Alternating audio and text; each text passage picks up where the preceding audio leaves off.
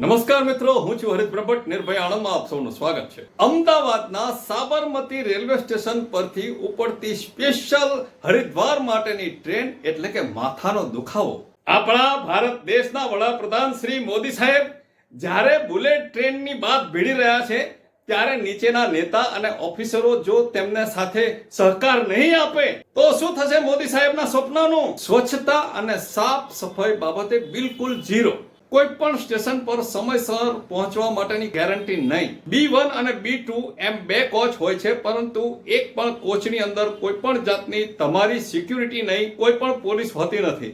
એક કોચમાં 60 થી 65 મુસાફરની વચ્ચે 4 સંડાસ આવતા હોય છે. એ 4 સંડાસમાં પણ 2 સંડાસ બંધ, બિલકુલ બંધ હાલતની અંદર, અને એ 2 સંડાસની અંદર પણ એક સંડાસ ઇન્ડિયન, બીજું એટલે કે 64 વ્યક્તિની વચ્ચે એક જ વેસ્ટર્ન ટોયલેટ. અને તેની પણ હાલત આપ જોઈ શકો છો. કેવી હાલત છે એ તમે જુઓ જરા.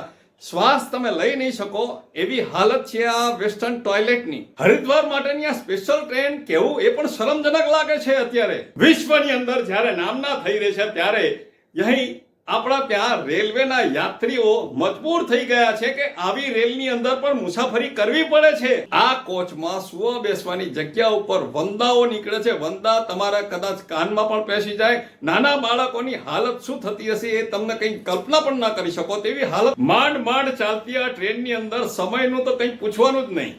કોઈ પણ સ્ટેશન ઉપર ગમે એટલો સમય ઊભી રહી શકે છે. સાથી કે જે દિલ્હીની ટ્રેનો હોય છે એ દિલ્હીની ટ્રેન સમયસર જવા દેવી પડે છે, ત્યાર પછીથી જ આ ટ્રેન ઉપડે છે. આ સ્પેશિયલ ટ્રેન કહેવા પૂરતી જ સ્પેશિયલ હોય છે. આશરે 1100 કિલોમીટર જેટલું અંતર કાપવાની અંદર આ ટ્રેન 24 કલાક લે છે. હરિદ્વારથી સાબરમતી રેલવે સ્ટેશન પર આવતી ટ્રેન સાંજના જે 8 વાગે આવે છે તેના બદલે 10 વાગે આવે છે, 10 વાગે પણ આવે, 11 પણ વાગે, એનું કંઈ પણ નક્કી હોતું નથી.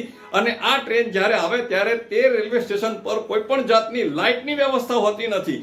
B1 અને B2 જે એસી કોચ છે એ એસી કોચ જ્યાં આગળ ઊભી રહે છે તેના દ્રશ્યો તમે જુઓ તો રાતે તમને એવું લાગે કે તમે જંગલમાં ઉતર્યા છો. શરમજનક દ્રશ્ય છે. તમે જુઓ, ખરેખર તો આ ટ્રેન સ્પેશિયલ યાત્રીઓ માટે છે. અને યાત્રીઓની અંદર વયોવૃદ્ધ જ વધારે માણસો જતા હોય છે દરેક જગ્યાએ દેવસ્થાન પર દર્શન કરવા માટે. અને જ્યારે વૃદ્ધોને જ આટલી તકલીફ પડતી હોય તો બીજા લોકોનું પૂછવું જ શું? શા માટે તમે આવી ટ્રેનોને આવી જગ્યા ઉપરથી ઉપાડો છો જે રેલવે સ્ટેશન પર કોઈ સગવડ નથી? આવી રીતના આટલી રાત્રે અંધકારની અંદર રેલવે સ્ટેશન પર ડબ્બામાંથી ઉતરીને કઈ તરફ જવું તેની પણ ખબર પડતી નથી. તો શું કરીશું? ઓફિસરોને તો કોઈ પરવા હોતી નથી. એમને તો પગાર મળે છે, પછી જેનું જે થવું હોય તે થાય. મોદી સાહેબની નીચે કામ કરતા નેતાઓ અને બીજા ઓફિસરો તેમના પ્રયત્નો અને સ્વપ્નો ઉપર પાણી ફેરવી દે છે. પાણી. આપણે બીજું કશું તો શું કહી શકીએ, પરંતુ રેલવે મંત્રી અને રેલવેના ઓફિસરોને આપણે વિનંતી કરીએ છીએ કે તાત્કાલિક અહીં આગળ તપાસ કરી અને ટ્રેનના મુસાફરો, વયોવૃદ્ધો અને યાત્રીઓને આવતા જતા તાત્કાલિક સગવડ કરવી જોઈએ. આપને પણ આવી સારી સગવડ જોઈતી હોય તો આ વિડીયોના લાઈક, શેર અને સબસ્ક્રાઇબ કરો. વંદે માતરમ. ભારત માતા કી જય. આપનો હરીશ બ્રહ્મભટ્ટ.